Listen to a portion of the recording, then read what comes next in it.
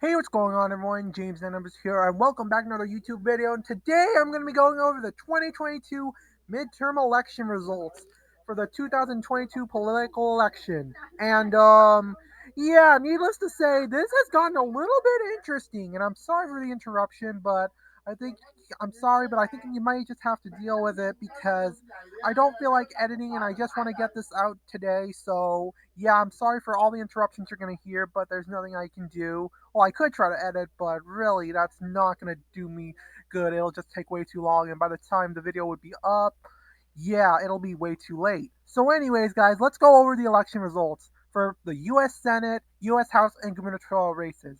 We're gonna go over through the generalizations first, and then we're gonna see state by state what happened. And there are still a lot of races that have not been called yet, so yeah, the outcome of the election is actually currently unknown as of right now for both U.S. House and Senate, so this is going to be interesting. As of right now, the Democrats and Republicans are currently tied at 48 to 48 apiece, with only four races left that have not been called: Alaska, Nevada, Arizona, and Georgia. And as of right now, there's been only one flip throughout all the U.S. Senate, which is Pennsylvania, with Democrat John Fetterman beating Dr. Mehmet Oz, so congrats to him.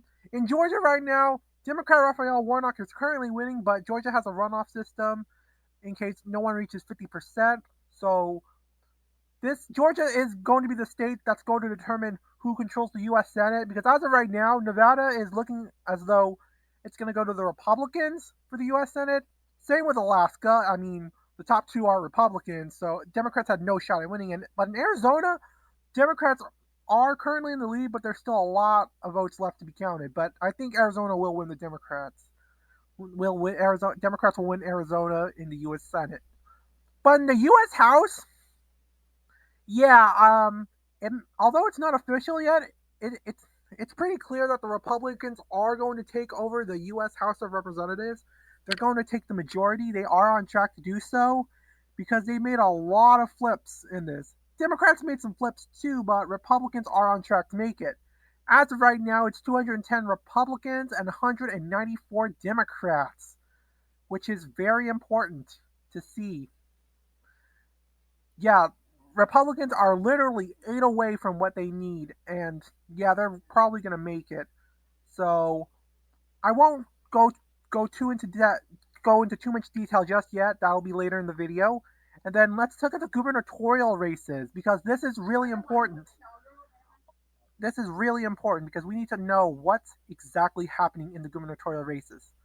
So, if this will load, I don't know what's going on, but seriously, I'm doing it live. Well, technically, no, I'm just doing it. I'm gonna hang on. I'm gonna exit out my YouTube tab. Let's see if it goes any faster.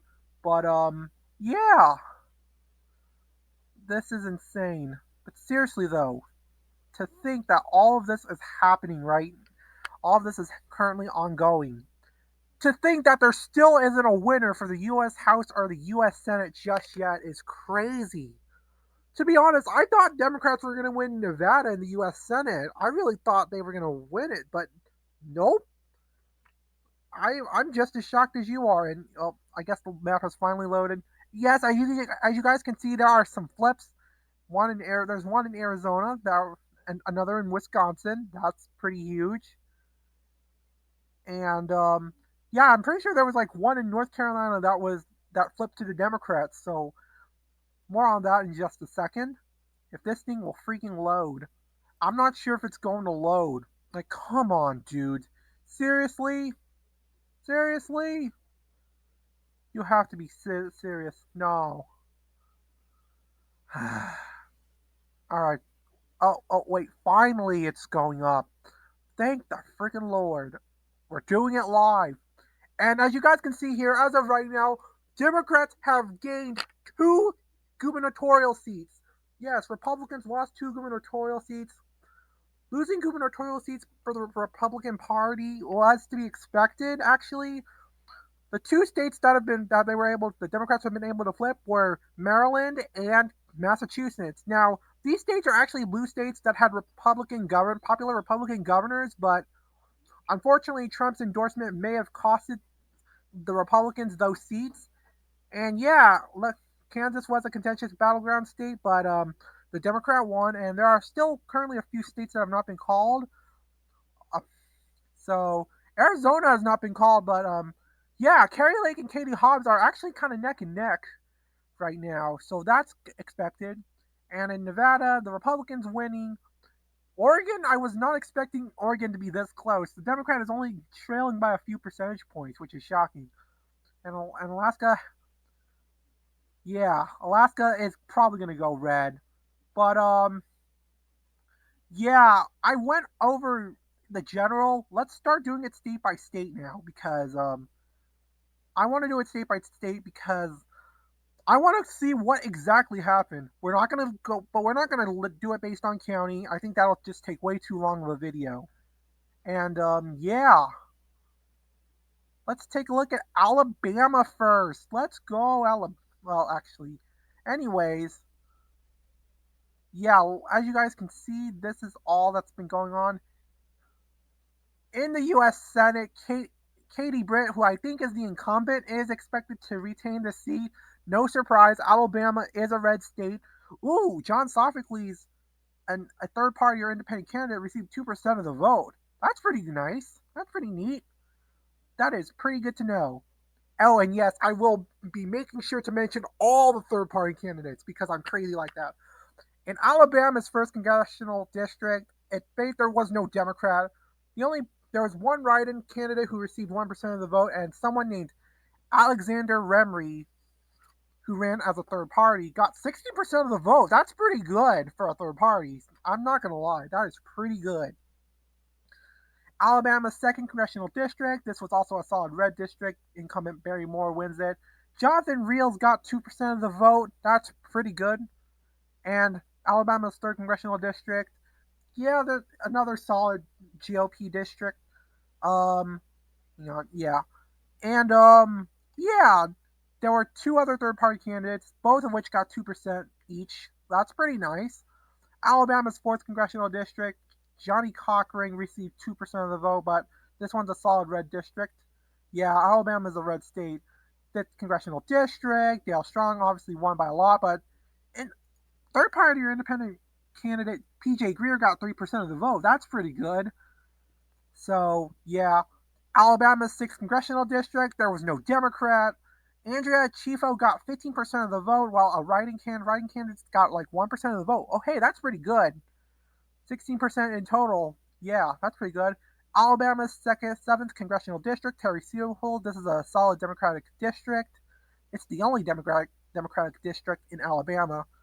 And Gavin Goodman got 2% of the vote, and there was like 79 write-in votes. Which I think is the least out of all the districts. I'm pretty sure.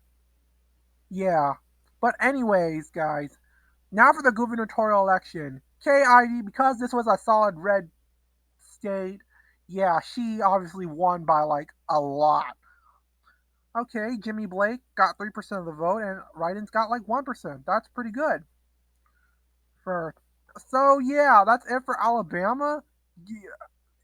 Conclusion for Alabama. Yeah, this is to be expected. Luckily, luckily there was like no only one person candidate races, which I'm gonna classify as dictatorships. Oh, and yeah, I'm gonna be keeping track on how many seats have been became uncompetitive, and I will also be keeping track on how many seats have not been called yet. So yeah, I will make sure to keep note of that. Next is Alaska. Alaska, I don't think has been called yet, so this is a pretty tight race. So I'm gonna write that down. U.S. House. Yeah, I actually haven't even started writing down my stuff yet. I know I'm crazy, right? So there's Alaska. Yeah, Alaska. Kelly Shibaka is actually currently winning over Republican incumbent Lisa Murkowski. However, for those of you that don't know, Alaska is now currently using ranked choice voting, so this will not be the final results. So whatever votes Buzz Kelly and Patricia Chesborough get, because no one's reached 50% of the votes, their votes will be they will be eliminated, and then their second choices will go to whoever it is. Well, that's kind of how ranked choice voting works in a nutshell. And yeah, right now this is too close to call, and yeah, this is going to be a GOP seat no matter what. But I don't know who's going to win. So as of right now, in Alaska's at-large congressional district, Democratic incumbent Mary Peltola, who won the special election prior, is currently in the lead right now. Sarah Palin is once again in second, and Nick Begich is in third place. And Libertarian Chris Bai is in fourth place with 2% of the vote, so there's also other writing candidates. Alaska has not been called yet at all for some odd reason, but they are still counting the votes, and they still got to do their ranked choice voting stuff. Gubernatorial elections, Alaska has not been called for some odd reason because yeah, Mike Dunleavy is literally going to win the election. Like, he's got a straight up majority. There's no reason to not call it for the Republicans. Former Governor Bill Walker is also running for governor again after serving as governor in like 2014 to 2018, I believe, and he got like 20% of the vote, which is good, but I don't think most people like him after his performance during his tenure as governor, and the Democrat has like 23% of the vote. Although it has not been called yet, I know that Alaska's, I think all of these seats, well, okay, the governor in the U.S. Senate is going to go to the Republican, and the U.S. House district most likely going to go to the Democrat because Sarah Palin's probably going to be in second, and yeah, we saw what happened with Sarah Palin getting in second. That didn't work out well for the Republicans, and that's not great considering that Alaska was usually a red state. But anyways, sorry about that. Arizona. Next is Arizona. All right, Arizona is next on the list. Let's see here. Arizona, Mark Kelly is currently in the lead, though this against Republican Blake Masters. Other Mark Victor has like 2% of the vote, which is pretty good, and there's like 18 write-in votes as well. People have thrown just for fun. All right, Arizona's first congressional district has not been called yet. The Democrat is currently in the lead right now, so hang on, I'm gonna write this down. And there, yeah, Arizona's second congressional district has been called. The Republican won easily. There was like a couple of write-in votes there people threw as well. Nice. Arizona's third congressional district, solid Democratic district, like more than 3/4 of the vote. Like, this wasn't even close. Arizona's fourth has not been called, so that's something to look out for as well. For some odd reason, because the Democrat is winning. Democratic incumbent Greg Stanton is winning by like a lot. Arizona's 5th congressional district, Andy Biggs has won. Oh, hey, and Clint Smith got 6% of the vote. Wow, that's actually pretty good for a three-way race, actually. Arizona's 6th congressional district has not been called. Ooh, this is a little closer, but as of right now, the Republican is in the lead for that one. Arizona's 7th is going to the Democrats. Arizona's 8th congressional. Wow. Okay, so yeah, this is our first dictatorship. I know I wouldn't I don't I'm not saying the people who are running there are dictators. Of course not. It's not their fault that they had no other opponent to face. But that's how I'm going to classify them. No matter if they're blue or red, because I'm sure there's some blue somewhere that we're going to get into later. But there's Debbie Lesko and Paul Gosar, so that's like Arizona's eighth and ninth. And the reason why I didn't classify Alabama's as others was because there were some of the it was because they had a third party candidate. I will only classify races as dictatorships if there's only like one candidate and there's like no other alternative. I'm not gonna count like write-ins as like a foreign competitor. I don't know if I should. Maybe we'll see. But Arizona's governor has not been called, like I said before, and yeah, this is actually looking to be very close. There are like 43 people voting for writing candidates, which is nice actually. But doesn't matter. Writing can't win an election, but that's fine. Next is Arkansas. Arkansas is next. Uh, yeah. All right. Let's take a look at like. I'm gonna need to scroll down a bit in the U.S. Senate because this is a big deal. John Boozman easily won with 2/3 of the vote, and Kenneth Cates got like 3% of the vote. That's pretty good. Obviously, there's like a bunch of write-ins, of course. Of course. All right, all of Arkansas's House races. Yeah, I might lose my breath over this, but that's fine. Yeah, Rick Crawford, the Republican incumbent, easily won by 3/4. French Hill, yeah, another solid red district. Ooh, but the Michael White though got like 5% of the vote. That's actually pretty good for a third party, especially in a three-way race. Arkansas's third congressional district, another red seat held by another Republican incumbent. Michael Calagias, I'm probably pronouncing that wrong, got 3% of the vote. That's pretty good. Another 3%er with Gregory Maxwell in another solid red district, of course. Arkansas's gubernatorial results, Sarah Huckabee Sanders easily won this by a long shot. This is a red state, and I think she used to work in the Trump administration as well, so yeah. Ricky Dale Harrington, the Libertarian candidate, got 2% of the vote, and there are a bunch of people who also voted write ins. Nice. So, yeah. Next is California. Ooh, yeah, California has such a bad rep, apparently, so yeah. But, anyways, this is our first blue state we're going over. Wow. I can't believe it took that long. In the U.S. Senate, as of right now, as we speak, I'm getting tired, but that's okay.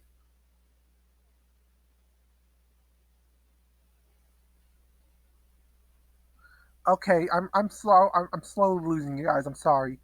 Alex Padilla just. I think there's like a Okay, there's two separate elections going on in California. I assume either that or gone crazy. I think it might have been there might be a special election and a regular election going on at the same time. I think that might be what's happening. And Alex Padilla is the official winner. He's going to be California's senator. Not surprising. This is a blue state, and California's 13th congressional district has not been called. That's actually pretty important. So as of right now, the GOP is only winning by like a couple hundred votes, and only 40% of the votes have been reported. So that's big. All right, let's go. There's like a lot. So Republican incumbent wins by 20 percentage points. Solid Democratic, solid Democrat in the second district. Ooh, the third district though, only 44% of the votes have been reported. California's third congressional district has not been called.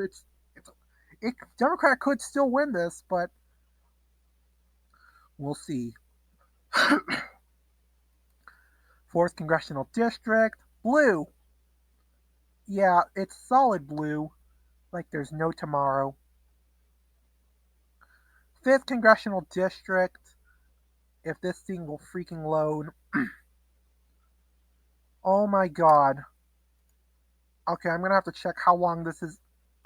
It's been over 19 minutes. God damn. Alright, California's fifth is solid red. Sixth, Democrat is currently in the lead, though. Almost of the votes have not been called yet, so I'll have to keep track on that later. Seventh, solid D. Eighth, solid D. Ninth has not been called, but the Democrat is currently winning right now. Alright. I should probably exit out this video as well. Democrat Yeah, this one, the Democrat won, no doubt. But a third party candidate, Michael Kerr, got like 21% of the vote. Uh, God dang it! I think I turned my my volume off for recording this video.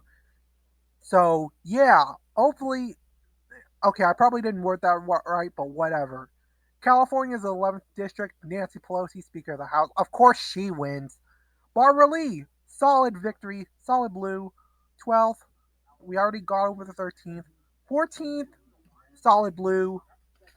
15th district, not been called, but 15th has not been called. However, this is a there's only two Democrats in the race, so yeah, I'm gonna classify this as a dictatorship. So yeah, our first blue dictatorship. It's Mike Mullen versus David Canepa, and Kevin Mullen is currently winning the election right now, but there's still a lot of votes left to be counted. All right, the 16th congressional district, Anna Issue has won, though there's also only two Democrats, so there's another dictatorship. Raucana won by a 7-3 ratio. Zoe Lofgren solid won by 30 percentage points. Jimmy Panetta got 2/3 of the votes. Republican and Senate House and no, sorry, U.S. House Minority Leader Kevin McCarthy won by like a big margin by 36% by percentage points, so that's pretty big. 21st Congressional District has not been called yet, but as of right now, the Democrat is currently winning. That's a pretty big deal. So, anyways, guys, yeah. California's 22nd has also not been called. 23rd has also not been called, with the GOP currently in the lead by a big margin. So, 24th, the Democrats have won this one with 50% of the precincts reporting. 25th has not been called. Man, a lot of races have not been called yet in California for some odd reason. Yeah, the Democrats currently winning though. So, okay, let's see here. California's 26th congressional district, Julia Brownlee is currently in the lead, though the race has not been called yet either. Yeah, I think it might be because California calls its elections later than most other states, so maybe that's why they, along with Alaska and a few other states, haven't had much time to count their votes yet. 27th has also not been called yet either, and the GOP is currently winning. 28th has been called, Judy Chu wins. 29th, there's two Democrats, so that's our third Democratic dictatorship. So, yes, I'm classifying blue and red dictatorships. Same for the 30th, but and with Adam Schiff winning the vote. So, yes, I'm going to classify them as dictatorships. People are not going to like what I'm going to say, so California's 31st and 32nd, blue, blue. I'm just going to go over them. Blue, this is kind of the story you're going to see. And 34th is a dictatorship, and Jimmy Gomez has not won the race yet. It's but yeah, this is a pretty close race, though it's still gonna go blue anyway. So Norma Torres, blue, tip blue. Oh, and 37th is only two Democrats again. Uh, but it's also not been called yet either. Hang on, I didn't write down 34 yet either. Oh God, I'm so focused on like getting this done. It's crazy. 38 blue, 39 blue. 40th has also not been called. Wow, there's so many California seats that have not been called yet. Oh my goodness, wow. This is crazy. But this is the largest state, so after that, we should be hopefully good for the rest of the time. 42nd has not 42nd is going to the Democrats. Next, like 43rd is like wow, almost 3/4 of the votes. Okay, 44th is almost 7-3. 45th has not been called, but the Republican is currently winning in this race. Still needs more votes to count. So, yeah. All right, let's keep going. If this thing will. 46th, Lou Correa wins it by 16 percentage points. 47th has not been called, and this race is looking to be pretty close. The Democrat is currently in the lead by less than 1,000 votes, Katie Porter. So this race could go either way right now. 48th, the Republican has won. 49th has not been called. All right. The 50th has been called. The Democrat has won by 6-4 ratio. Nice. But anyways, we only got like a few more districts left, and then we're gonna go over the California gubernatorial elections because yeah, Gavin Newsom was controversial. Yeah, Sarah Jacobs won by like 6-4, almost 6-4, and Juan Vargas, another blue district. Okay, now let's take a look at the governor's race in California. Gavin Newsom, yeah, this is a blue state, so easily won that one. So yeah, this is pretty interesting. Well, now that we're done with California, don't worry, no other state's gonna be that long. I swear to you. Hopefully, but next is Colorado. Let's go. Now, Colorado, I actually looked this up a little earlier, and Colorado is an interesting one to say the least. And I don't think they have a U.S. Senate. I believe I could be wrong. I no, I think they no. Do they? Do they not? I don't know. Okay, they do. Oh yeah, Michael Bennett won that one by an easy margin. Looks like there's some third-party candidates as well that have also run. Brian Piotr, T.J. Cole, and Frank Atwood. So here are their percentages. U.S. House in the first district, this it's 80% of the vote. This is no doubt. In the second district, it's 70% of the vote. Okay, I should probably mention the third parties. In the first district, this is a solid blue district. John Kittleson got 2% of the vote. In the second district, Steve Urash and Gary Nation and Tim Wolf each got like a little more than 1,000 votes each. So between 0 and 1% each. So in the third congressional district, this one's a shocker. Lauren Bo- Lauren Boebert is actually currently losing by like a couple thousand votes, though the race has not been called yet. So I wonder, and she has been a controversial figure over like the past couple of years. So we'll see what happens. Fourth congressional district, Ken Buck got like 60% of the vote. Ryan McGonigal got like 2% of the vote. That's interesting. Solid red district. Another solid red district in the 5th district. Doug Lamburn, the incumbent, will continue serving. Brian Flanagan and Christopher Mitchell both combined are both combined make up 3% of the voters. So who voted in this district? So yeah, that's insane. I love. Okay, let's go. Let's talk about the third district for like a few seconds. I'm honestly shocked that this is happening right now because didn't she win by like a maybe she won by like a few percentage points? That's a pretty good enough margin for to be comfortable, but not too comfortable. But yeah, Adam Frisch is owning her right now. But we'll see what happens. 6th district, it's a solid blue district with Eric Mulder getting 2% of the vote. 7th district, Brittany Peterson winning winning this one. I'm sure there have been some flips that have been made that I've missed, but you know what? It's fine. I'm going over the election results as they come and go. Ross Klopp got like 2% of the vote. Critter Milton got like almost 1,500 votes, and yeah. Colorado's 8th congressional district has not been called. The Democrat is currently in the lead right now, with Richard Ward receiving 4% of the vote. That's pretty good. Not gonna lie, that's pretty good. In the governor's race, Jared Polis easily won re-election. Yeah, that's how blue Colorado is. Excuse me. Next is Connecticut. Um,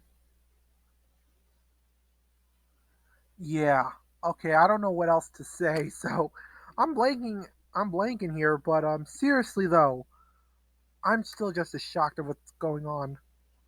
Oh, it looks like there's been some more updates going on. Republicans made a few more gains, but as I'm going along with this, so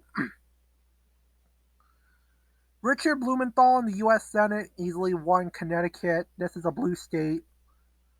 Yeah, blue. Mary Sanders got 1% of the vote. Blue district. Kevin Blacker and William Hall got 1% each in the second district. Another blue district.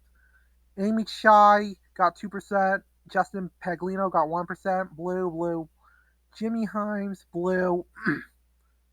Connecticut's 5th congressional district has not been called. Okay, that's really interesting. As of right now, the Democrat is currently winning, but only by like less than 1,000 votes. That's interesting.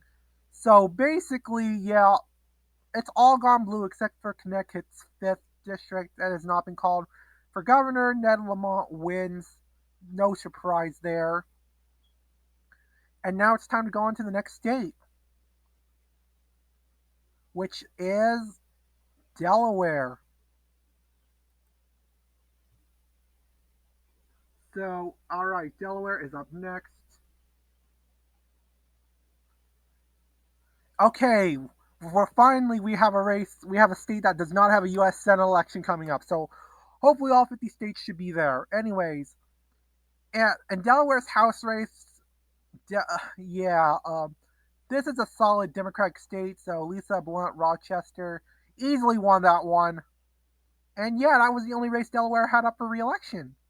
So, we're done with Delaware. Hopefully some. I think some other states are going to be like this as well. So don't worry. That's actually going to make speed this video up a lot faster, especially with this freaking ass slow. This is annoying. Oh god. I swear to god, if this thing does not load, I swear. How long has it been? It's been 32 minutes. Come on, dude. Seriously. Just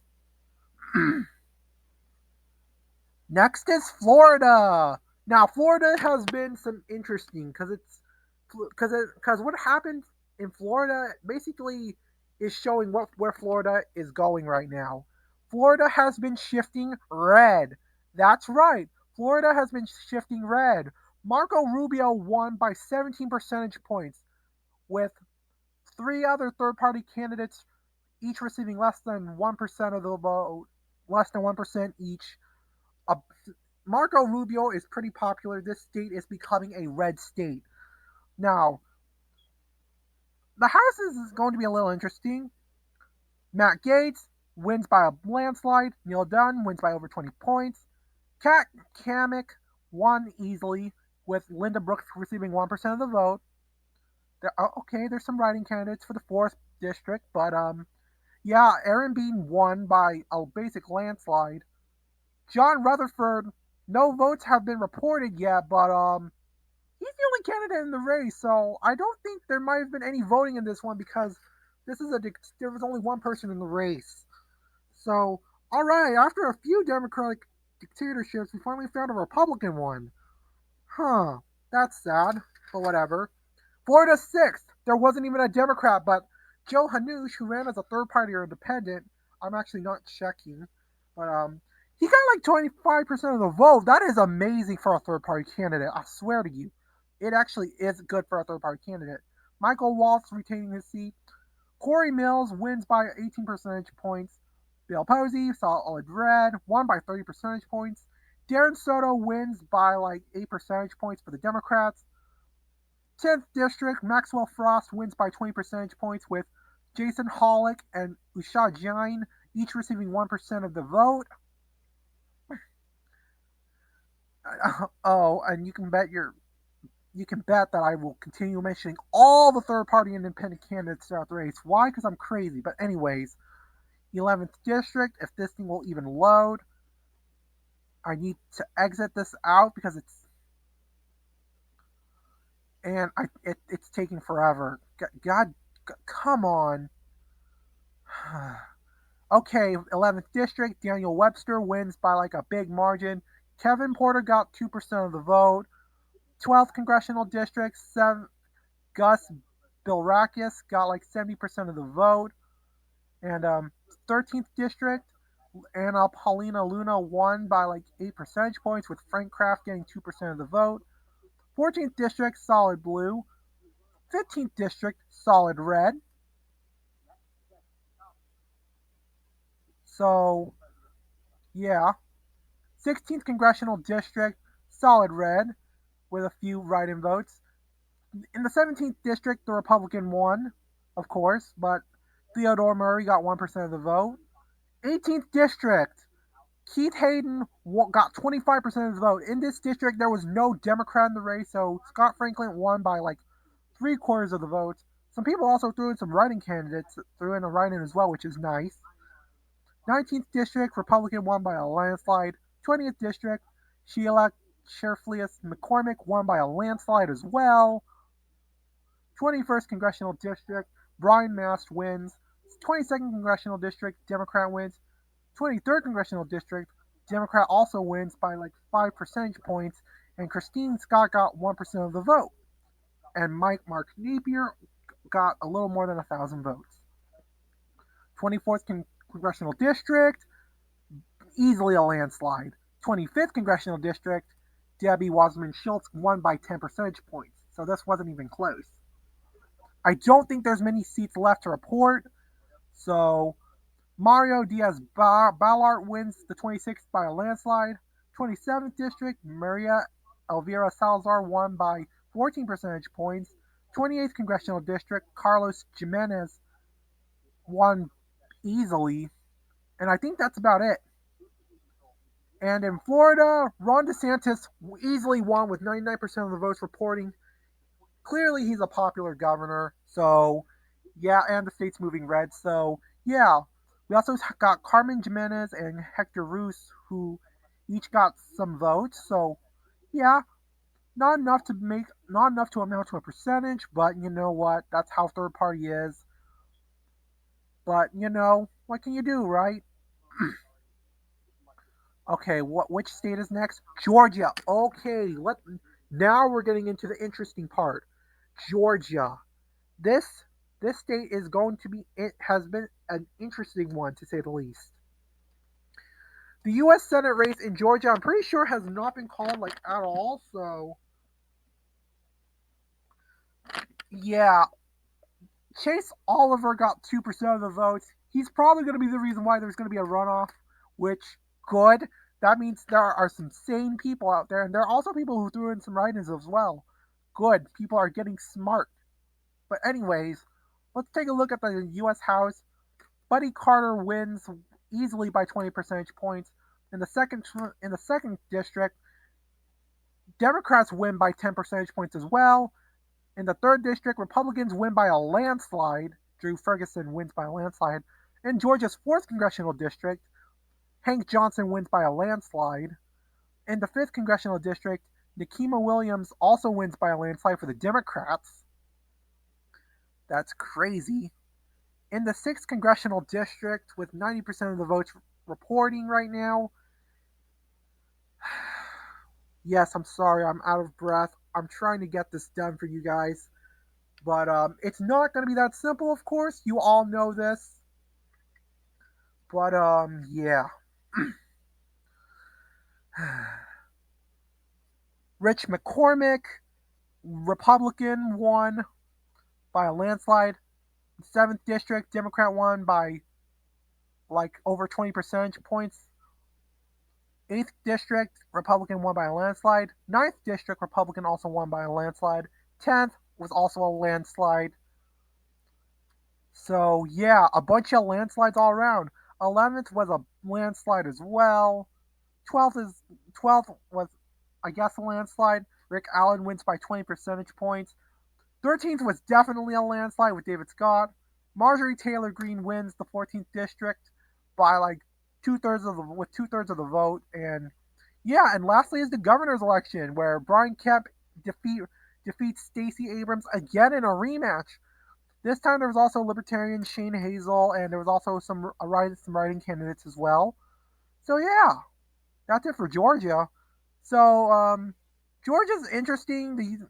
Georgia is, but like I said before, Georgia Herschel Walker was like in the lead for like a good amount of time. So this race could be really interesting to see because I think this race is going to determine which party is going to have control of the U.S. Senate. So yeah, next is Hawaii, and yeah, there's not a lot of surprise to say about Hawaii. Sorry guys, I'm just running out of breath. I should probably slow down, but nah. Democrat won by a landslide in the U.S. Senate. No surprise. Hawaii, like both of which are in landslide, but in Hawaii's second congressional district, Michelle Tippins got like 2% of the vote, which is nice. And in Hawaii's gubernatorial election, yeah, another landslide for the Democrats. This is a blue state. What do you expect? Idaho. Idaho is next.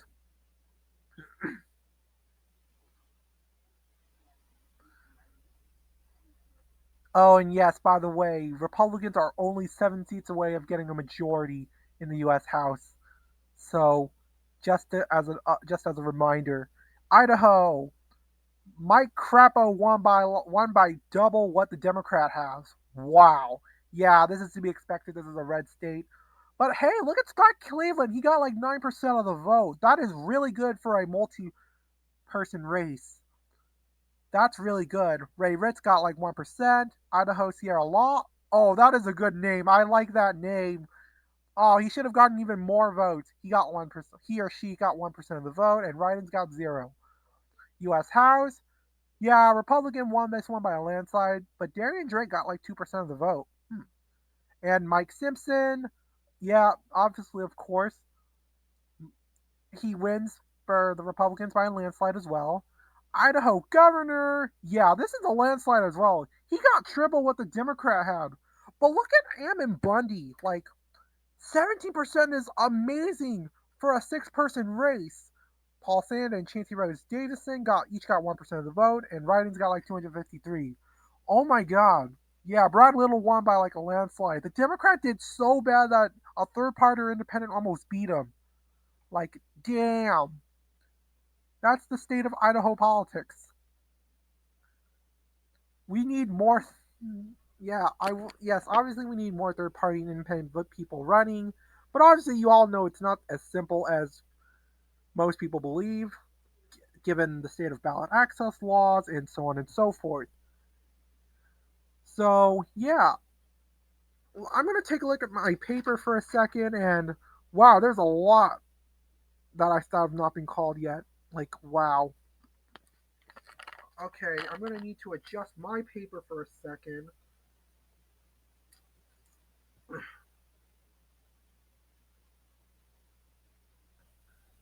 Just, okay, I don't know how long this is going to last for, but oh god. How long has it been now? It's been 43 minutes. God dang. And we still have a lot to go through. I'm gonna have to refresh the page for a second.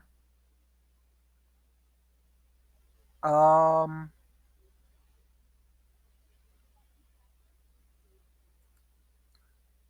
yeah, I'm gonna have to be right back.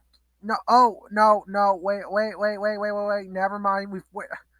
Oh, come on. Oh now, right when I'm about to stop. Oh, now you do it.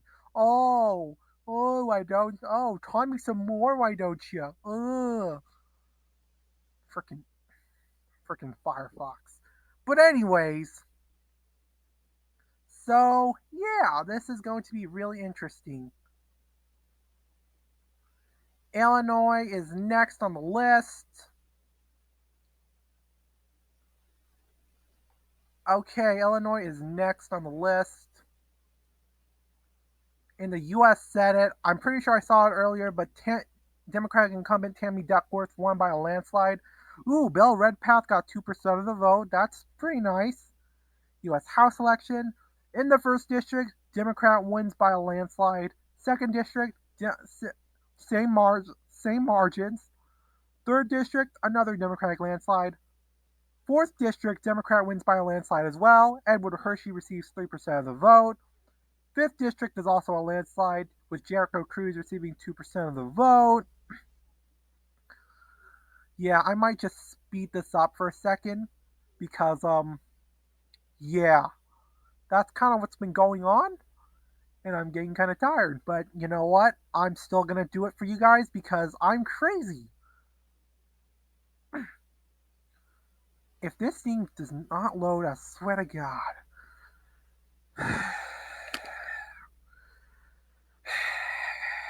Sorry, I'm breathing weirdly. I know. Okay, anyways, sixth district, Democrat wins by 8 percentage points. Illinois seventh district was not competitive at all. So Illinois, Illinois seventh dictatorship. It was a dictatorship. Boo! I know. Raja. Okay, I'm not gonna even bother pronouncing the last name, but the Democrat won by like a good margin. Ninth district, Democrat wins by a landslide. 10th district, Democrat wins by more than 20 percentage points.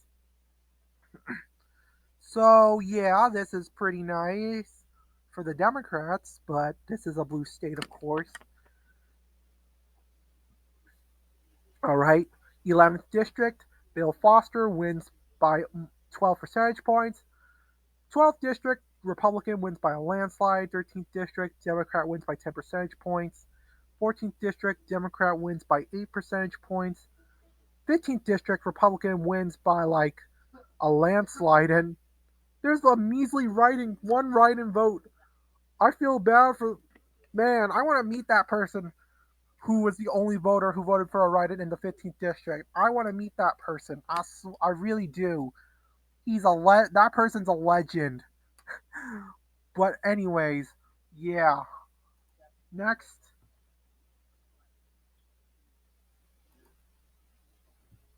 Okay, come on. No, seriously, come. 16th district. 16th district. Republican won by like 2/3 of the vote. Illinois 17th district has not been called yet, so that is something to. Illinois 17th congressional district has not been called, and the Democrats currently winning by like a few percentage points. So, oh, that's it. And governor race, J.B. Pritzker wins by like 11 percentage points, and Scott Schulter got 3% of the vote. Interesting. Yeah, I will make sure to like mention any pieces of information that I know about certain people at the time. So yeah, that's something to look forward to, I guess. But I might probably not mention it. Whatever. This is just I'm going over each race by going by each case to see what the heck happened. So okay, we were at Illinois. Now we're going to Indiana. All right, Indiana. Senate and House, no governor's race, so that's good. U.S. Senate. I mean, Indiana is a red state, so yeah, Republican Todd Young won by like almost 20 percentage points. So James Seniak got 3% of the vote. That's nice. All right, in the first district, Democrat won by 6 percentage points. In the second district, the Republican won by a landslide, with William Henry receiving 3% of the vote. In the third district, the Republican won by 23 percentage points, with Nathan Gosh receiving 5% of the vote. Indiana's fourth, Republican landslide. Fifth was also a landslide, more than 20 percentage points for sure. Sixth congressional district, Republican Greg Pence won by a landslide. Seventh district, Democrat wins with 2/3 of the vote, with Gavin Maple getting 2% of the vote.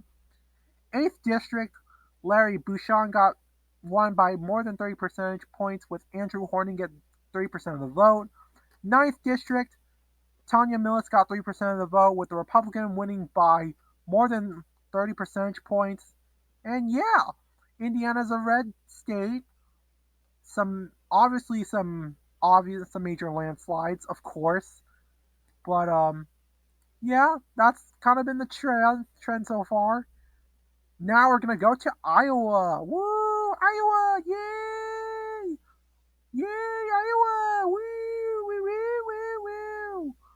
Okay. All right. We're not gonna go over the ballot initiatives at all because I think it's too much time and most people don't care about it. So yeah, in the Iowa in the Senate, incumbent Chuck Grassley wins by 12 percentage points. House Republic. This is in the first district. It's a Republican hold. Second district, it's a Republican hold. Third district has not been called, with the Republican currently in the lead by a few percentage points, beating currently beating Democratic incumbent Cindy Axne. So that is a big deal. That's a big deal because this could be a Republican flip. So, fourth district, Democrat won by two. No, Republican won by 2/3 of the vote, with Brian Jack Holder receiving 2% of the vote. And lastly, let's look at the gubernatorial election. Yeah, the Republican won by 18 percentage points, with Rick Stewart receiving 2% of the vote. So, yeah, obviously Iowa is becoming a red state, of course. So, this is good news for the GOP. And yeah,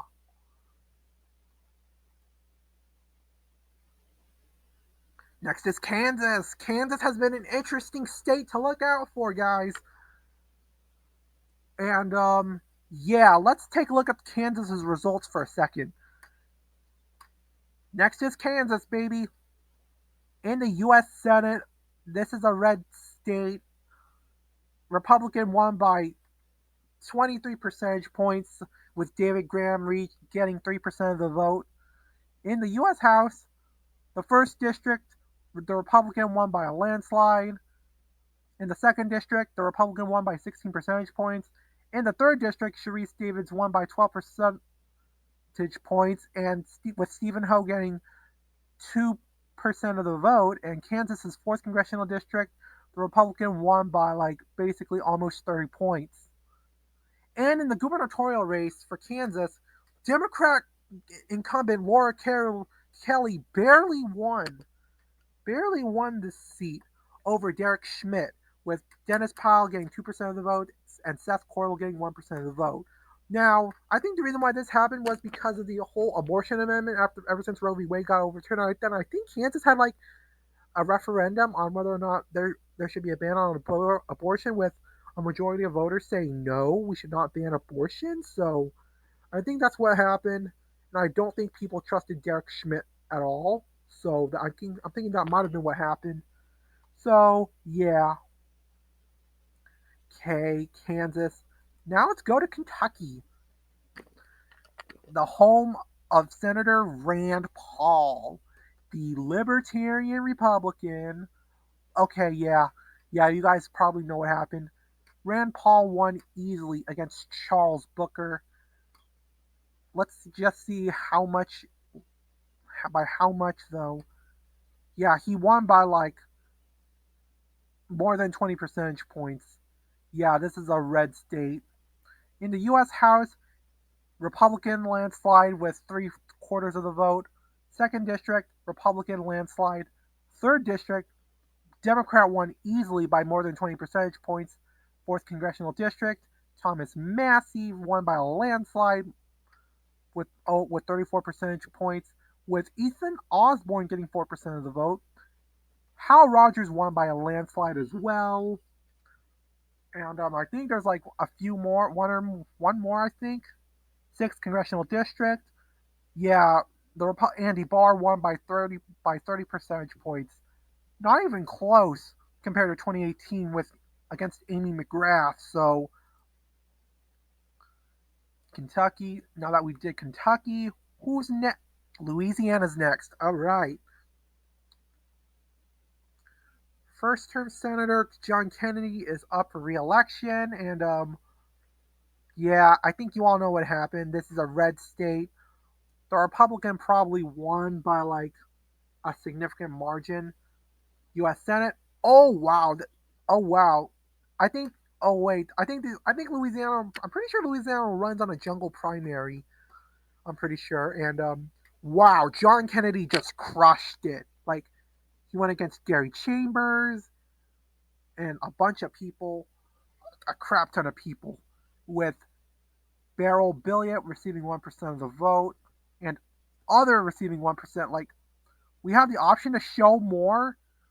Should we do it? I click the button. It's just not showing me more. Oh my god. Oh god. Oh lord. Wow. Other. Wow. Yeah. Here it is. Bradley McMorris, Aaron Sigler, Zan John, Thomas Olson, Thomas Wen. Okay, let's go to the U.S. House. Steve Scalise won by a landslide with Howard Kearney getting 2% of the vote. Okay, come on, seriously? Come on, I don't have time for this right now. Second District, Democrat Troy Carter won by a landslide. Louisiana's 3rd Congressional District, Republican won by a major landslide. I think this state also runs jungle primary as well, with Gloria Wiggins getting 1%, Guy McLendon getting 1%. Louisiana's 4th Congressional District was a dictatorship. All right. Um, 5th District, Julia Letlow won by a landslide. 6th Congressional District, there wasn't even a Democrat in the race. There was one other Republican and Rufus Craig, who got 13% of the vote. So, yeah, Garrett Graves easily won re-election without any significant opposition. All right, the next state, Louisiana. It's Maine. All right, Maine. Let's go. Okay, let's look at Maine for a second. It has a House and governor's race. Just that's about it. Okay, that's all right. In the 1st district of Maine, Democrat Shelley Pingree won easily over Republican Ed Thallander, and Maine's 2nd congressional district has not been called. Huh. I guess that makes sense because his district is more competitive. And he's currently winning with Tiffany Bond getting 7% of the vote. I do think Jared Golden is probably going to win this one. So, yeah, that's probably big. And for Maine's governor's race, Janet Mills easily won with 16% with a 16 percentage point lead, with Sam Hunkler getting 2% of the vote. All right, Maine. All right, now that we've done Maine, which state is next? Which state is next? Maryland. Oh, Maryland. Oh, Maryland. This is going to be good. But first, let's go to the U.S. Senate, where the Democrat won easily by like more than 20 percentage points. So, congrats to Chris Van Hollen for his re-election bid. All right, in the 1st district of Maryland, the Republican won by 23 percentage points with Daniel Thiebolt. Hopefully, I'm saying this right, with 2% of the vote. In the second district, the Democrat incumbent won by 7 percentage points. In the 3rd district, the Democratic incumbent won by 10 percentage points. In the 4th district, Glenn Ivey won by a landslide for the Democrats. In the 5th district, Steny Hoyer, a former presidential candidate for 2020, won by like 22 percentage points. Yeah, that's right. In the 6th congressional district, it has not been called yet, with the Republican currently in the lead against a Democratic incumbent. That is actually surprising. That's actually really interesting. 7th congressional district, Democrat won by a landslide.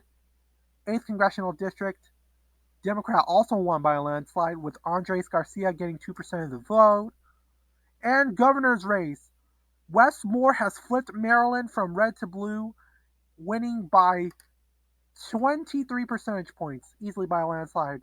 There are also a few other third party independent candidates as well. David Lasher, David Harding, and Nancy Wallace, each receiving 2, 1, and 1% votes respectively. And there people also threw in writing candidates as well. So yeah, the next state of the next sorry. All right, the next state we have to go over after Maryland. I think I skipped it. Massachusetts. Yeah, Democrats were also able to flip the gubernatorial race for Massachusetts as well, but I think I'm getting a little ahead of myself here. Maryland. No. Okay, I need to stop. All right, in the U.S. House, yeah, this is no surprise. Democrat won by 22 percentage points in the first district. In the second district, Jim McGovern got like 2/3 of the votes. In the third district, Lori Trahan won by 22 percentage votes as well. Fourth congressional district, the Democratic incumbent won was the only person in the race, but 3% of voters actually chose to put a writing candidate. So I'm not going to count it as a dictatorship because of the writing candidates. Yes, I've now made up my mind. So yeah, Catherine Clark, Democrat won by a landslide. Oh, exactly 500. That is awesome. Seth Moulton won by a landslide for the 6th congressional district, with Mark Tashtian with winning 2% of the vote. Seventh district for the 7th district, Ayanna Pressley won by a landslide. 8th district, the Democrat won by a big margin, of course. In the 9th district, yeah, Democrat won by a landslide, of course. Yeah, I don't think there has been a single Republican district in the state of Massachusetts, so that's pretty big. In the governor's race, like I said before, Maura Healey ends up winning, flipping this state from red to blue. Well, in governor's race anyway. Yes, I just sneezed. And Kevin Reed got 2% of the vote. And I think Maura Healey made history as being part of the first LGBT governor in Massachusetts. I'm pretty sure. That's the case. Anyways, okay, I need to hurry this up. Which state's next? Which state's next? Michigan. Blah, blah, blah, blah. Michigan. Okay, Michigan is next.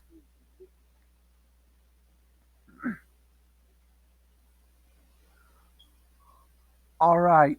There's House and Governor. That's it. Okay. House. Come on. Seriously. In the first district, the Republican won by 23 percentage points, with Liz Hakola and Andrew Gale winning 1% each, and people also throwing in write-ins. In the second district, the Republican won by 30 percentage points, with Nathan Hewer getting 2% of the vote. In the third district, the Democrat won by 13 percentage points, with James Lewis getting 2% of the vote, and Louis Paulus, hopefully I'm saying that right, getting 1% of the vote. In the fourth district, Republican incumbent has won by 13 percentage points, with Lawrence Wink getting 3% of the vote and Curtis Clark getting 1% of the vote. In Michigan's 5th congressional district, Tim Walberg won by a significant margin by like 27? Yeah, 27 percentage points, with Ezra Scott getting 3% of the vote and Norm Peterson getting 2% of the vote. So, yeah. And now for the 6th congressional district, if this thing will ever load. 99. Yeah, Michigan's got theirs pretty quick, I think. But in the 6th district, Debbie Dingell won with 2/3 of the vote. In the 7th district, Alyssa Slotkin won her re-election with 8% with an 8% point lead, with Leah Daly getting 2% of the vote. In the 8th district, Daniel Kildee, the Democratic incumbent, won with 10% with a 10% margin, with Kathy Goodwin getting 3% of the vote and David Caney getting 1% of the vote. Lisa McClain won easily over the Democrat, with Jim Walkowicz winning 2% of the vote and Jake Keltz winning 1% of the vote. In the 10th district, the Republican actually won by a narrow margin, with Andrea Kirby getting 2% of the vote, and Mike Saliba getting 1% of the vote. This race was one of the races that were competitive, ladies and gentlemen, right there. It could have gone either way. I'm sure a majority of the district is unhappy with the outcome, but that's life. In the 11th district, the Democrat easily won by 22 percentage points. In the 12th district, the Democrat Rashida Tlaib, part of the squad, won by a big margin, won by a landslide, with Gary Walkowitz. Wait, didn't I just see Gary Walkowitz earlier? Winning 3% of the votes. Wait. Oh, no, no, that's Jim. Hey, maybe Walkowitz is just a common last name. I don't know. All right, in the 13th congressional district, the Democrat won by a landslide with Simone Coleman getting 4% of the vote. Wow, that's actually pretty good. With Chris Darczynski getting 1% of the vote. So yeah, and Michigan's gubernatorial race, the Democrat Gretchen Whitmer easily won her reelection bid against Tudor Dixon with a whole bunch of other third-party candidates. Only one of them, Mary Bazuma, receiving at least 1% of the vote. Donna Brandenburg, Kevin Hogan, and Daryl Simpson each got less than 1% of the vote. All right, so yeah. Now it's time for the next state. Okay, let's see. Michigan. What's after Michigan? Minnesota. Okay. Minnesota. All right, let's look at Minnesota's House and Senate. How long has it been? Wow, it's been over an hour.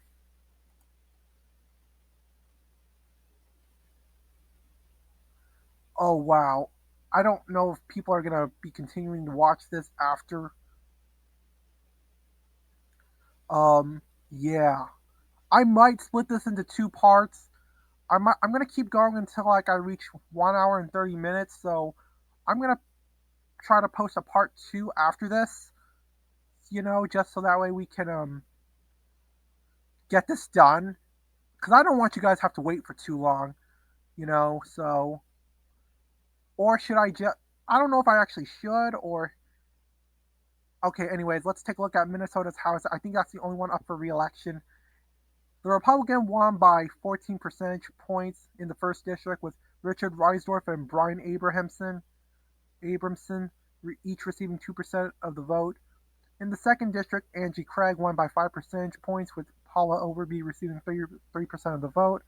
In the third district, the Democratic incumbent won by 20 percentage points.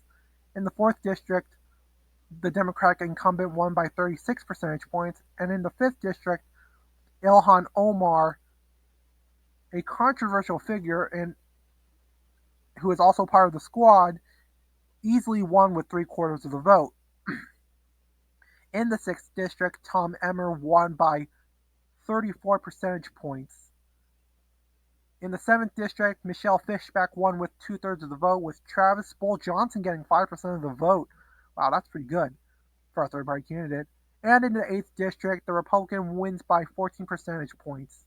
And in the gubernatorial election, Tim Walz easily beat Scott Jensen by 7 percentage points with James McCaskill, Steve Peterson, and Hugh McTavish each getting 1% of the vote, while Gabriel Prosser gets like a little more than 7,000 votes.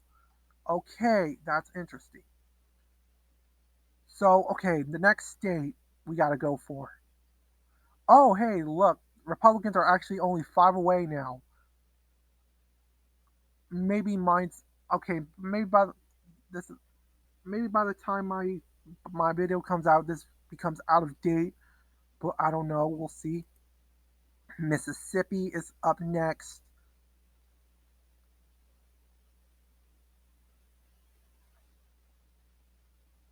All right, Mississippi. There we go. Republicans, yeah, this is a red state, so there is no doubt about it. No early voting, but yeah. In the first congressional district, Trent Kelly wins by a landslide, almost getting 3/4 of the vote. Benny Thompson in the second district wins for the Democrats by 19 percentage points. In the third district, Republican incumbent Michael Guest wins by a landslide.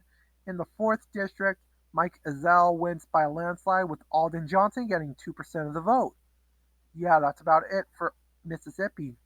Well, that was easy. So yeah, this is a red state, so no surprise there. I think I saw a Democrat. Yeah, yeah, that's what I figured. But anyways, guys, okay. After Mississippi, next is Missouri. Next is Missouri.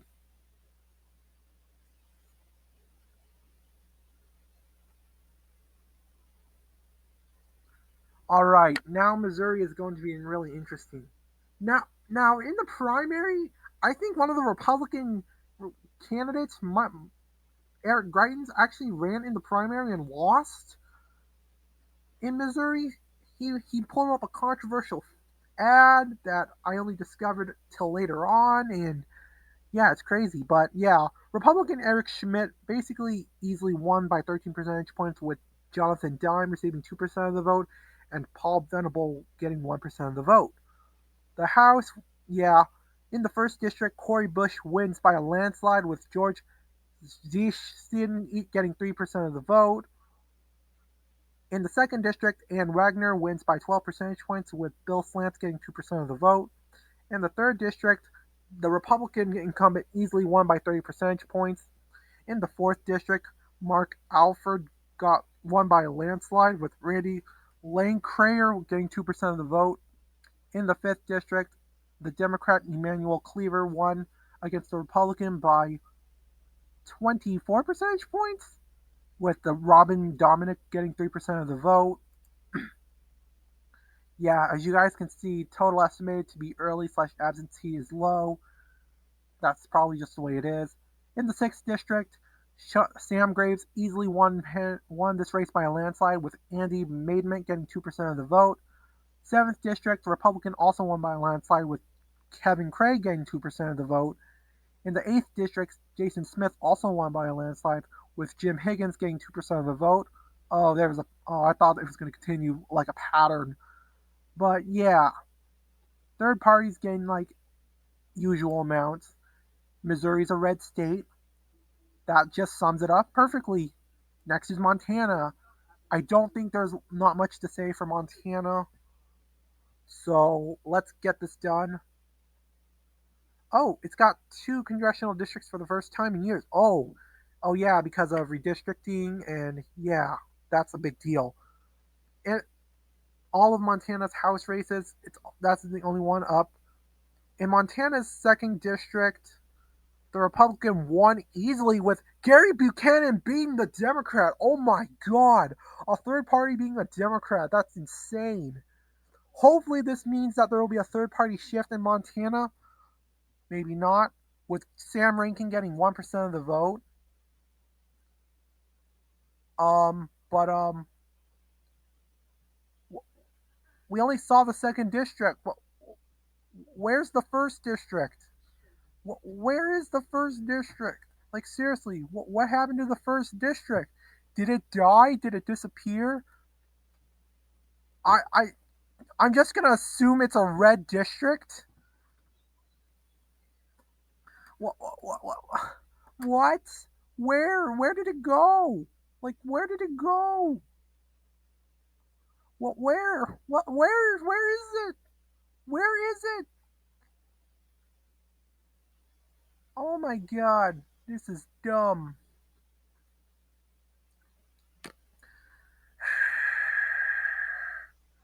Where did it go? I assume it's. I'm just gonna assume it's like. Okay, I'm gonna need to write this down. Where to find? And I'll have to look this up later. Montana's first district. So yeah, I don't know why ABC is not showing that. That it's a little sus. Did something happen? Like, you know what? We're not going to even bother. Let's go to Nebraska next.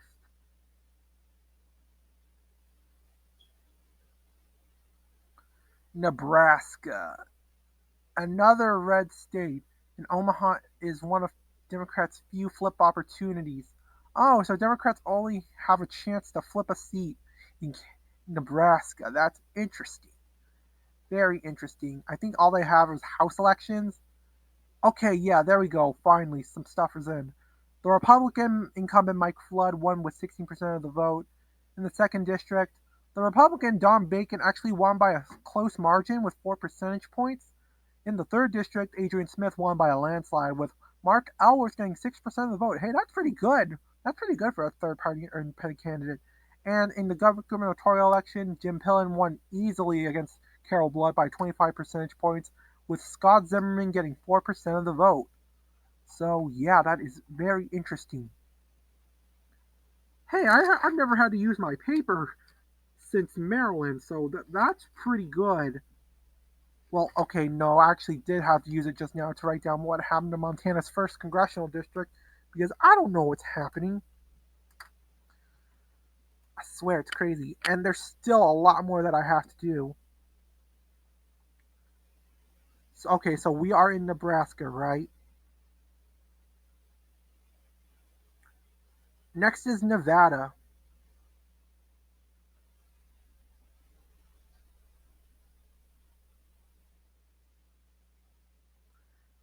All right, Nevada is next.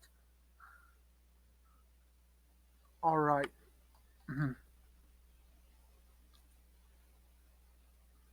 Let's see here. In Nevada's U.S. Senate, okay, Nevada has not been called yet. Yeah, but right now the Republican is currently being the Democrat by a big margin. Well, not big by 3 percentage points, but still, the Democrats should not be losing in this state. They also have a none of the above option, which is doing pretty well. But there's also Barry Linderman, Neil Scott, both getting 1% of the vote as well, and Barry Rubinson, who's got a little more than 4,000 votes. Ooh, black. This is interesting. Nevada's first congressional district. I spoke too soon, didn't I? But anyways, Nevada's first congressional district is currently too close to call, with Dina Titus winning with a 3% lead, Kevin Kavanaugh getting 2% of the vote. In the second district, the Republican won by 30 percentage points, with Russell Veit and Daryl Baber getting 1% each. The third district is actually really close. Like, oh my goodness. This is getting really close. There's only the Democrat is currently the Democratic incumbent Susie Lee is only in the lead by a few thousand votes, and in the fourth district, Stephen Horsford has a slightly more comfortable lead, but there's still some more votes that need to be counted, and yeah, I wasn't expecting Nevada to be this close, and Nevada's gubernatorial race has also not been called yet at all, so that's something to consider. But the Republican is in the lead by 5 percentage points. There's also none of the above as well, but there's also Brandon Davis and Ed Bridges, so both getting 1% of the vote as well. So yeah, that's actually really interesting. I'm honestly shocked at the way Nevada, because I was not expecting Nevada to go red, because I viewed Nevada as more of a lean blue state. So yeah, I'm stunned with Nevada. That I am genuinely surprised. So, anyways, New Hampshire, Maggie Hassan is one of the most vulnerable Democrats apparently. But yeah, did she win or did she lose? Yeah, Maggie Hassan. Okay, apparently she's supposed to be one of the most vulnerable. She won by 10 percentage points, not even close. And Jeremy Kaufman got 2% of the vote. So Maggie Hassan is good. She won by a comfortable margin. In the first district, the Democrat won by 8 percentage points, and in the second district, Ann Custer won by 12 percentage points.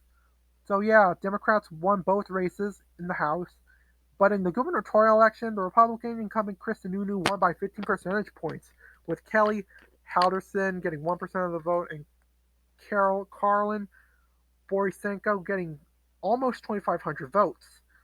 There's also a few write-ins as well as always, but yeah. Oh wow, how long have I been doing this for now? 1 hour and 19 minutes. Dang. Like, dang. Swear to God, if this thing doesn't speed up, I may need to end this video soon so that way I can just take a break for now. I can just pause it if I want. Yeah, I might just pause it after this so that way I can just take a shower and maybe eat some stuff, maybe. I don't know. I'm gonna see what happens. If this thing doesn't freaking load, I swear to God, I'm gonna be mad. Oh my God. Okay, New Hampshire is done. We just went over New Hampshire. New Jersey, a blue state. All right. Once I do North Carolina, I'm probably gonna take a pause for a second and just take a break. Make sure I rest up for a minute, and I'll get back to you guys soon. But yeah, we're gonna keep going for now and start with New Jersey. Uh, uh. All right, here we go. The Democratic incumbent for New Jersey's first congressional district won by 33 percentage points, with Patricia Cline and Isaiah Fletcher each receiving 1% of the vote, and Alan Cannon receiving almost 400 votes. In the second congressional district, Republican incumbent Jeff Van Drew won by 23 percentage points, with Mike Gallo receiving 1% of the vote and Anthony Parsi Sanchez receiving almost 800 votes. In the third district, Andy Kim won with a 17 percentage point lead, with Christopher Rusomano receiving exactly 800 votes and Gregory Salbasinski receiving 543 votes. In the fourth congressional district, the Republican incumbent Chris Mist won with two-thirds of the vote, with Jason Quelling receiving 1% of the vote, and David Schmidt, Hank Schroeder, and Pam Daniels each receiving less than 1%. In the fifth district, the Democratic incumbent won with a 9 percentage point lead, with Jeremy Marcus, Trevor Ferrigno, and Louis Volucci each receiving less than 1% of the vote. All right, I think New Jersey has like more than 10 districts, so we're going to have to keep going. In the sixth district, the Democrat won with an 18 percentage point lead, with Tara Fisher winning 1% of the vote, Anders Sony and Eric Antisel each receiving less than 1,000 votes. So, yeah. In the seventh district, the Republican. Uh, okay, the seventh district is actually a flip. Republican Thomas Keene took this seat from the Democrats, from Democratic incumbent Tom Malinowski. So, this is a Republican gain for. This is a Republican gain. So, yeah, this is a big deal. Thomas Keene won by 4 percentage points. So, yeah, that is a huge deal.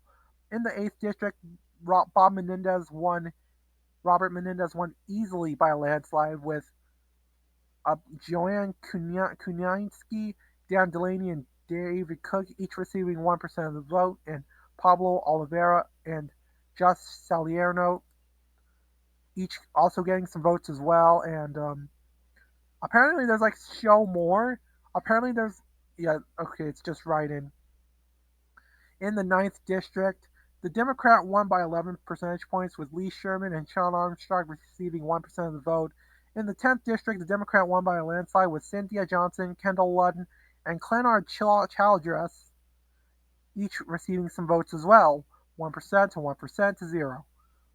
In the 11th district, the Mickey Sherrill beat Paul DeGroot by 13 percentage points, with Joseph Biasco receiving 1% of the vote.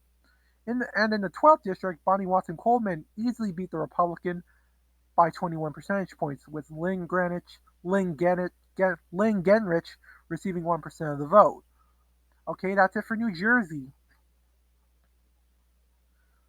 Okay, which state is next? Who wants it? Who wants it? Who wants it? New Mexico. Okay.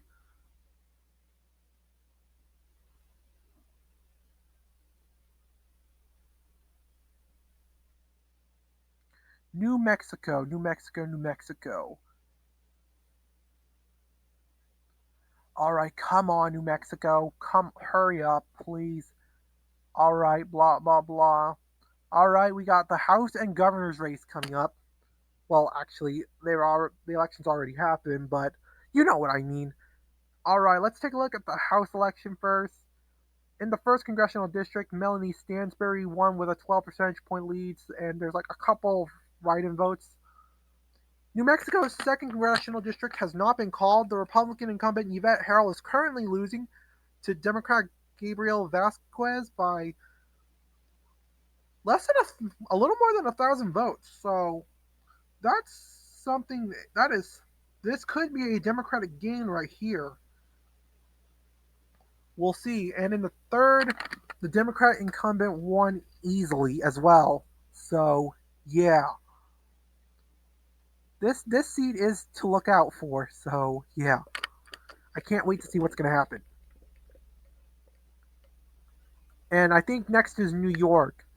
Oh, New York. I have some. We got to talk about some things with New York, and then we're gonna have to talk about some things in North Carolina because oh my lord, it's been crazy. From what I've been hearing, it's a little crazy. Um, yeah, yikes. If this thing does not load, I swear.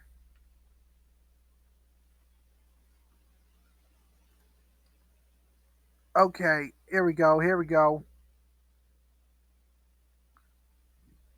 New York.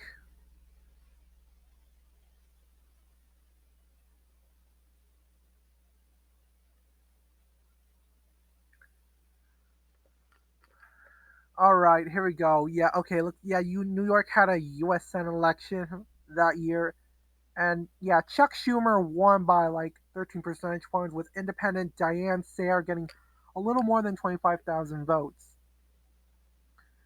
There's also some write-in candidates as well. We'll talk about write-ins for governor in just a second.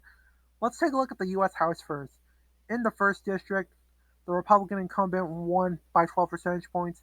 In the second district, the Republican won by 22 percentage points. In the third district, the Republican won by 8 percentage points. It was a closer race. The fourth district for New York, okay, New York's fourth congressional district has not been called yet, with the Republican currently in the lead right now. That's interesting.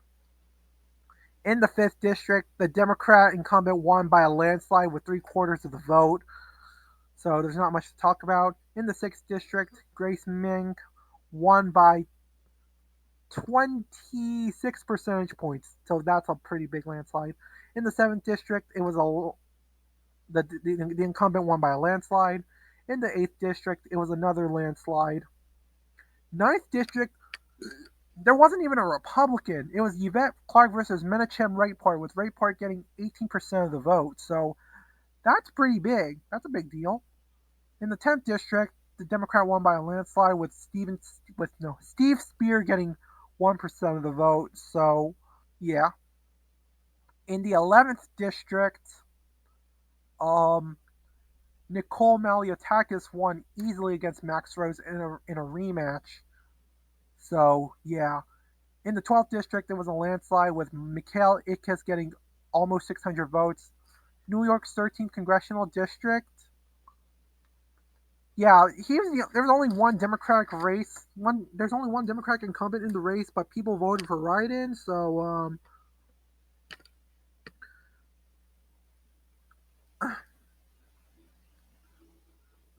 yeah, I'm gonna make a note of that for now. In the 14th district, Alexandria Ocasio Cortez won by a landslide. In the 15th district, Richie Torres also won by a landslide. So yeah, a bunch of landslides all around. Then again, New York is a blue state, so that's something we got to remember.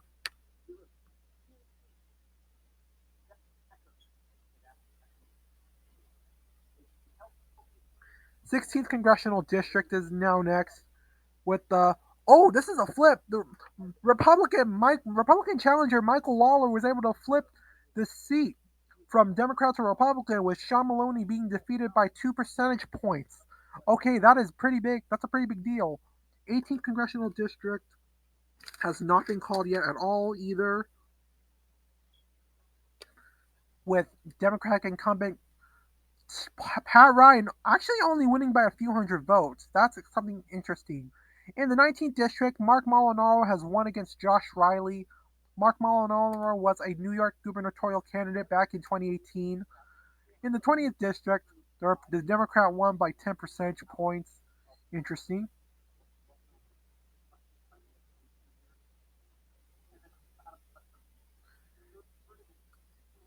In the 21st congressional district, Elise Stefanik won by 20 percentage points. New York's 22nd congressional district has absolutely not been called at all. 23rd district, Nick Langworthy won by a landslide with 30 percentage points, with write-ins getting 2% of the vote. Wow. 24th district, Claudia Tenney won by a landslide for the Republicans. 25th district, the Democrat won with 8 percentage points.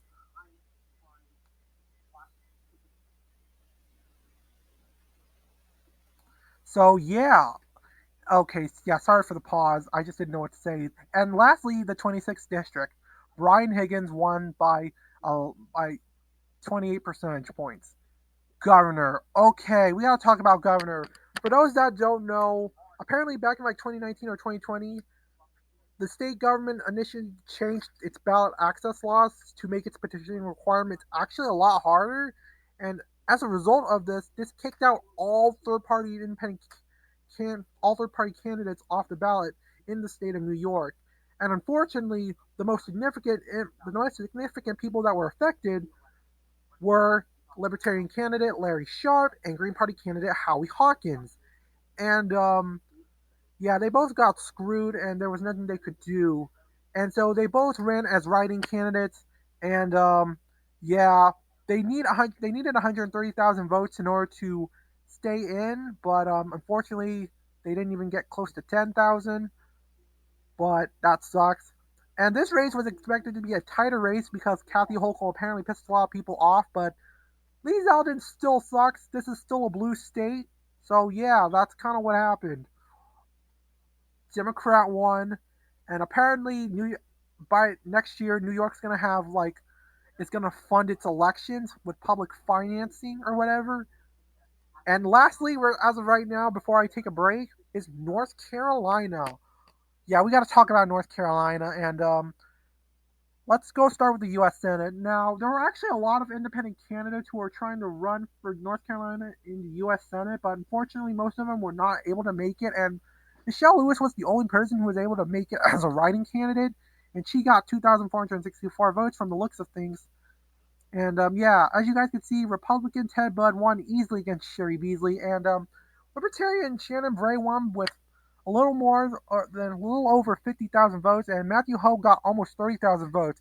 Now, with Matthew Hoh for the Green Party, he actually got sued off the ballot by the Democrats after the Democrats tried to screw him over after Matthew Hoh and his party got more than enough petition signatures to meet the petition requirements, which at the time was 13,865. But he still got kicked off unfairly, and he won his court cases. So yeah, that did not help Sherry Beasley to say the least. Now in the House elections, Don Davis has officially won the first congressional district with 4 percentage points. In the second district, the Democrat Deborah Ross won with 28% of the vote. Greg Murphy won with 2/3 of the vote. In the fourth district, the Democratic incumbent also won with 2/3 of the vote. In the fifth district, Virginia Fox won with a big margin by like 26 percentage points. Kathy Manning won with 9 percentage points, with Thomas Watercott getting 1% of the vote. David Rouser in the 7th district won by 16 percentage points. Dan Bishop won the 8th district by a landslide with a 40% lead. In the ninth district, Richard Hudson won with 14% of the vote. In the 10th district, Patrick McHenry won easily against Pam Gennant. And in the 11th district, Chuck Edwards easily beat Jamie Beach Ferrara with 10 percentage points, with David Coatney, the Libertarian, getting 2% of the vote. In the 12th district, Alma Adams easily won against Tyler Lee by a significant margin. In the 13th district, now this is unexpected. Willie Nickel ended up beating Bo Hines by 2 percentage points. And in the 14th district, Jeff Jackson easily beat Pat Harrigan by a significant margin. So yeah, North Carolina has been interesting. North Carolina in the U.S. has sent seven Democrats and seven Republicans to the U.S. House for 2022. So that is amazing. Let's go. But yeah, it also signals that North Carolina is technically becoming a red state based off the U.S. Senate results, and we'll see what happens. I'm gonna take a break for now, and yeah,